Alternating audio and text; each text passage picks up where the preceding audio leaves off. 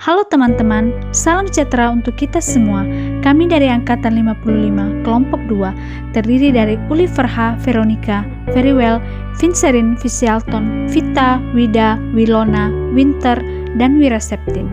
Pada video kali ini, kami akan menampilkan tentang analisis isu bahaya penyalahgunaan narkoba dengan pengampu materi Bapak Dr. Hieronymus Godang, SPD, MSI.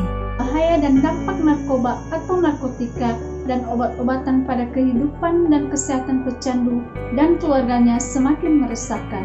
Bagai dua sisi mata uang, narkoba menjadi zat yang bisa memberikan manfaat dan juga merusak kesehatan. Seperti yang sudah diketahui, ada beberapa jenis obat-obatan yang termasuk ke dalam jenis narkoba yang digunakan untuk proses penyembuhan karena efeknya yang bisa menenangkan. Namun jika dipakai dalam dosis yang berlebih, bisa menyebabkan kecanduan. Definisi narkoba atau nafza. Nafza adalah kepanjangan dari narkotika, psikotropika, dan zat adiktif lainnya. Nafza adalah zat adiktif yang mempengaruhi kondisi kejiwaan atau psikologi seseorang, baik itu pikiran, perasaan, dan perilaku. Awal adanya narkoba atau nafza yaitu di daerah Samaria pada tahun 2000 sebelum Masehi yang dulu dikenal dengan opium atau candu. Kemudian pada tahun 1806, dokter yang bernama Friedrich Wilhelm Sertuner menemukan campuran bunga candu dengan amoniak.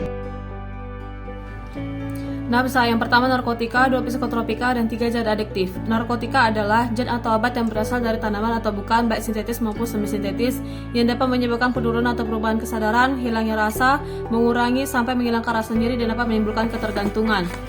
Narkotika dapat dibedakan menjadi tiga golongan, yaitu golongan 1, hanya untuk pengembangan ilmu pengetahuan, tidak untuk terapi ketergantungan kuat, contoh heroin, kokain, dan ganja. Yang kedua, golongan 2, pilihan terakhir untuk terapi ketergantungan kuat tetapi kurang dari golongan 1, contoh morfin dan petidin. Golongan 3, sering untuk terapi ketergantungan lebih ringan, contoh kodein. Psikotropika. Psikotropika adalah zat atau obat, baik alamiah maupun sintetis, bukan narkotika, yang berkhasiat psikoaktif melalui pengaruh selektif pada susunan saraf pusat yang menyebabkan perubahan khas pada aktivitas mental dan perilaku. Psikotropika dibedakan dalam 4 golongan, yaitu golongan pertama, hanya untuk pengembangan ilmu pengetahuan. Golongan kedua, bisa untuk terapi, tetapi pilihan terakhir. Golongan 3, sering untuk terapi atau ketergantungan sedang. Golongan 4, bisa digunakan untuk terapi atau ketergantungan ringan. Zat adiktif lainnya, bahan atau zat selain narkotika dan psikotropika yang dapat juga mempengaruhi psikoaktif tubuh manusia dan dapat menyebabkan kecanduan. Di antaranya minuman alkohol, zat inhalasi, dan nikotin seperti rokok. Apa saja dampak narkoba? Narkoba memiliki dampak yang sangat besar dan nyata yang dapat dilihat langsung dalam kehidupan sehari-hari, sehingga sangat penting untuk mengetahui dampak negatif dari narkoba agar kita dapat menjauh dari zat berbahaya ini. Dampak narkoba dapat terjadi pada yaitu fisik, lingkungan, psikis, hukum, dan kesehatan. Pencegahan penyalahgunaan narkoba adalah segala upaya, program, dan kegiatan yang bertujuan mencegah timbulnya penyalahgunaan narkoba, mencegah meluas dan berkembangnya masalah penyalahgunaannya, serta mencegah timbul atau kambuhnya kembali penyalahgunaan narkoba oleh orang yang telah direhabilitasi. Jenis-jenis pencegahan. 1. Pencegahan primer, primary prevention atau pencegahan dini. 2. Pencegahan sekunder, secondary prevention atau pencegahan kerawaan. 3. Pencegahan tersier atau pencegahan kambuhan.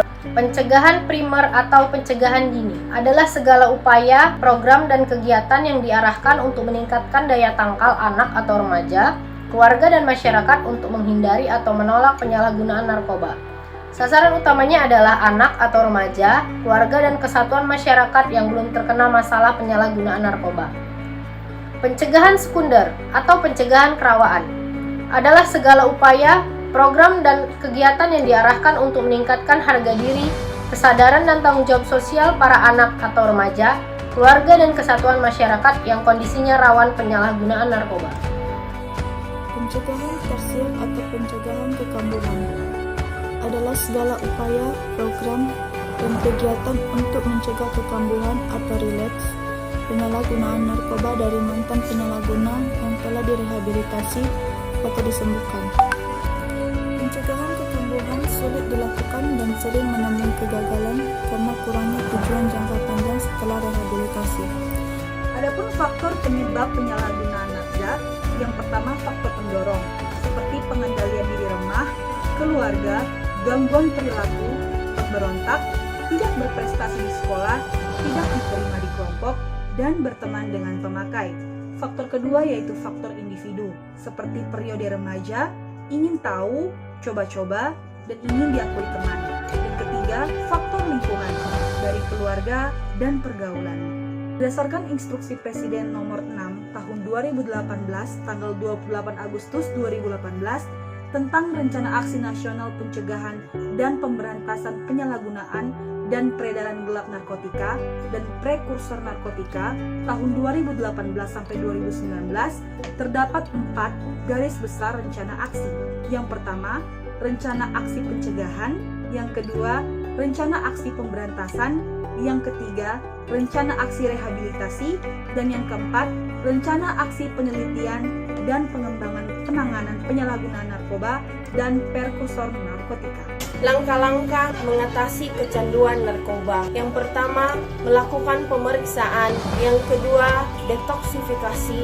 Yang ketiga, stabilisasi. Dan yang terakhir, pengelolaan aktivitas.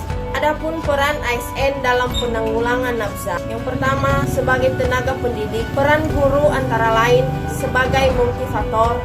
Yang kedua, sebagai penasehat. Yang ketiga, sebagai pembangun kerjasama yang baik. Dengan melakukan pendekatan, guru sering mengajak siswa berkomunikasi, memahami permasalahan. Keempat, menjadi pendengar yang baik. Kelima, memberikan nasihat agar siswa memiliki semangat untuk berkembang. Dan yang terakhir, menanamkan nilai moral kepada peserta didik. Peran ASN sebagai tenaga kesehatan. Yang pertama, melakukan penyuluhan dan mensosialisasikan kepada masyarakat. Dan yang kedua, menerapkan gerakan masyarakat hidup sehat. Terima kasih.